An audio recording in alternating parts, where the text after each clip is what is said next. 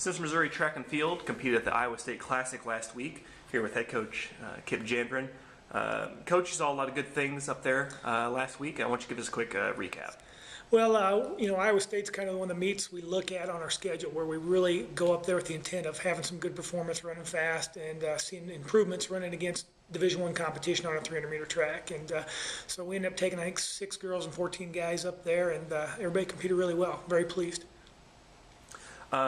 Just one guy in particular, Labin Cialo, ran the 5,000 meters. It was last year where he set his PR in the indoor 5. Had another good performance this week. How has he come along, do you think, as far as preparing to defend his title come this March and the rest of this season?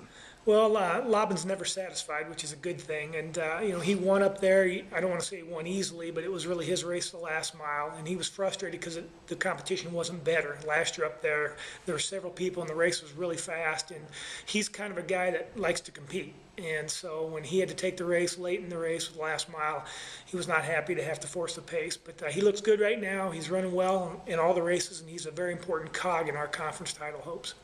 Looking at some of the newer mules, younger mules, I guess. In the 800, you had Kellen Locke finish second, earn a provisional mark in that race, which I believe was his first 800 in competition. Correct, and I don't over-race kids as far as hey, you're an 800 runner, you're going to run the 800 every day, and that's everything was building for this race for him, and he made a 152.97 look about as easy as possible. And the guy that finished ahead of him is a conference rival, and I think that's a guy he's going to try to beat come conference time. And he looks really good, and he was good at coming out of high school, and he showed that he's going to be one of the best runners here for a long time. Out of the Jennies performances, did you see anything that really stood out to you? Well, I was real happy with Zoe Sharplin. She ran a couple really good hurdle races. Is just finally getting a little more confidence in herself, getting better. Brittany Kallenberger got better in the pole vault, which she's ready to jump high. Just got to fix a couple little dinky things, but we've got a group of girls right now that are working really hard, and we're kind of excited about hopefully the future with those girls, and they're making good progress, and so we're very satisfied. Now, coming up this week, Central Missouri is going to return home for their last indoor meet of the season at home.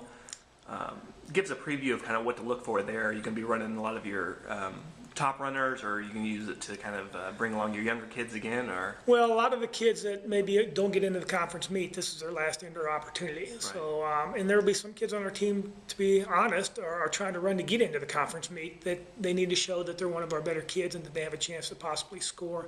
A lot of things we're just touching up. We'd like to see a little bit better things in the pole vault, have those kids get higher up on the national list. And, we need to run a couple of relays, I think, this weekend that make the fast heats for the conference meet.